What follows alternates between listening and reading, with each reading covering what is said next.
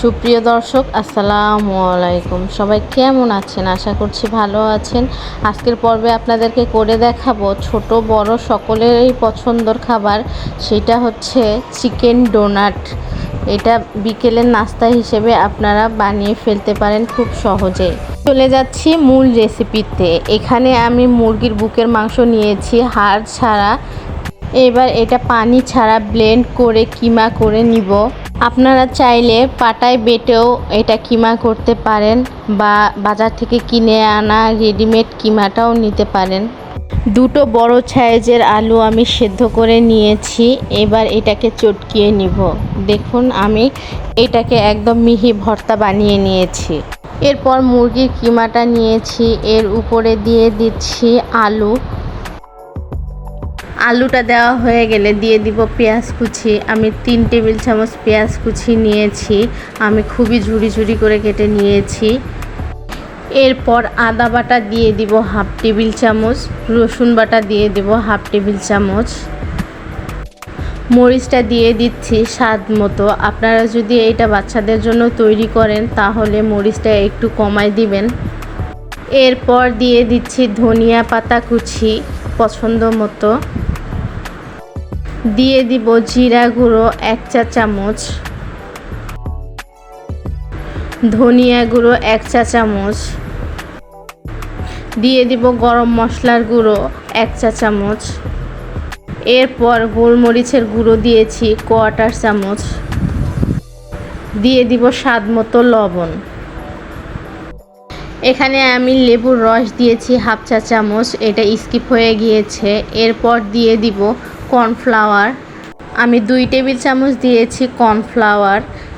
কর্নফ্লাওয়ারটা না থাকলে আপনারা ময়দাও ব্যবহার করতে পারেন। এরপর সব কিছু উপকরণ আমি ভালোভাবে মাখিয়ে নিব। মাখিয়ে নেওয়া হয়ে গেলে আমি সামান্য পরিমাণ তেল হাতে মাখিয়ে নিয়েছি, যাতে ডোনাটটা তৈরি করার সময় চিকেনটা হাতে লেগে না যায়। এরপর আমি পরিমাণ মতো নিয়ে চ্যাপটা করে গোল শেপ করে নিব।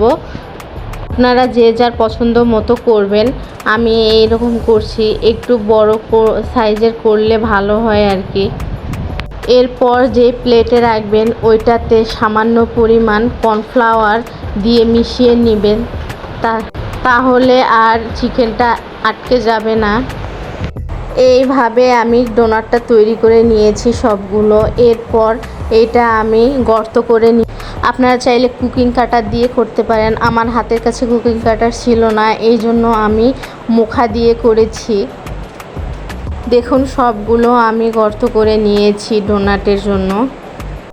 আপনারা এই মাঝখানে যে গর্তটা তৈরি করেছি আমি, এটা যদি আপনারা ছোট চান সেই ক্ষেত্রে কেক তৈরি করার যে নোজেলটা আছে সেইটা দিয়ে আপনারা করতে পারেন।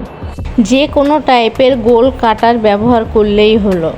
আমি 10 মিনিটের জন্য নর্মাল ফ্রিজে রেখে দিচ্ছি এটা সেট হওয়ার জন্য। ফিরে আসলাম 10 মিনিট পর। এবার আমি বাইরের কোটিংটা তৈরি করার জন্য এখানে নিয়েছি ব্রেড গাম আর নিয়েছি ডিম। আমি ডিমের 2টা সাদা অংশ নিয়েছি, আমি লবণ দিয়ে সামান্য পরিমাণ ভালোভাবে ফেটিয়ে নিয়েছি। এখন একটা একটা করে ডোনাট চিকেনের সাদা অংশে চুবিয়ে নিয়েছি। এরপর ব্রেড গামে দিয়ে গড়িয়ে নিব। খেয়াল রাখতে হবে যাতে ব্রেড গাম দিয়ে চারিপাশ এবং যে গর্তটা আছে তার ভিতরে ভালোভাবে কোটিং হয়।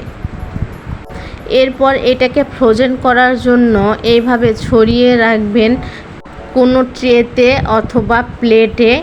ডিপ ফ্রিজে রেখে দিবেন 1 ঘন্টার জন্য। 1 ঘন্টা পরে দেখবেন এটার বাইরের আবরণটা একটু শক্ত হয়ে আসবে। সেই সময় আপনারা এটাকে এয়ারটাইট বক্সে অথবা জিপলক ব্যাগে রেখে দিতে পারেন সংরক্ষণের জন্য। যেহেতু 1 ঘন্টা ফ্রিজে রেখে শক্ত করে নেওয়া হয়েছে, এই ক্ষেত্রে আপনারা একটার উপর একটা করে রেখে দিলে এটা লেগে যাবে না। এরপর ভাজার জন্য আমি এখানে তেল নিয়েছি, অবশ্যই তেলটা ডুবো তেল হতে হবে। ভাজার সময় অবশ্যই চুলার জালটা লোতে রাখবেন, যেহেতু কিমাটা আমাদের কাঁচা আছে সেই ক্ষেত্রে ভিতরে না হলে কিন্তু খেতে ভালো লাগবে না, কাঁচাই থেকে যাবে। এরপর এক পাশ হয়ে গেলে অপর পাশ উল্টিয়ে দিব। দেখুন আমি কত সাবধানে কাজটা করতেছি। এই ডোনাটগুলো ভাজতে প্রায় আমার 15 মিনিট সময় লেগেছে, আপনাদের কম বেশি লাগতে পারে, ডিপেন্ড করবে চুলার আঁচ এবং ডোনাটের সাইজ অনুযায়ী। এরপর আমি একটা একটা করে উঠিয়ে নিব। এরপর পরিবেশনের জন্য একটু সামান্য পরিমাণ ধনিয়া পাতা ছিটিয়ে দিতে পারেন, আর সার্ভের জন্য রাখতে পারেন সস। বাচ্চারাও এটা খুব পছন্দ করবে এবং মেহমানদারিতেও এটার কোনো জুড়ি নেই। আশা করছি আমার এই রেসিপি আপনারা বাসায় ট্রাই করবেন। আমার রেসিপি ভালো লাগলে অবশ্যই বাসায় ট্রাই করবেন, আর ইউটিউব চ্যানেলটি সাবস্ক্রাইব করে দিয়ে পাশে থাকা বেল আইকনটি প্রেস করে রাখবেন। সবাই ভালো থাকবেন, সুস্থ থাকবেন। আবারও অন্য কোনো রেসিপি নিয়ে আপনাদের মাঝে চলে আসবো। আল্লাহ হাফেজ।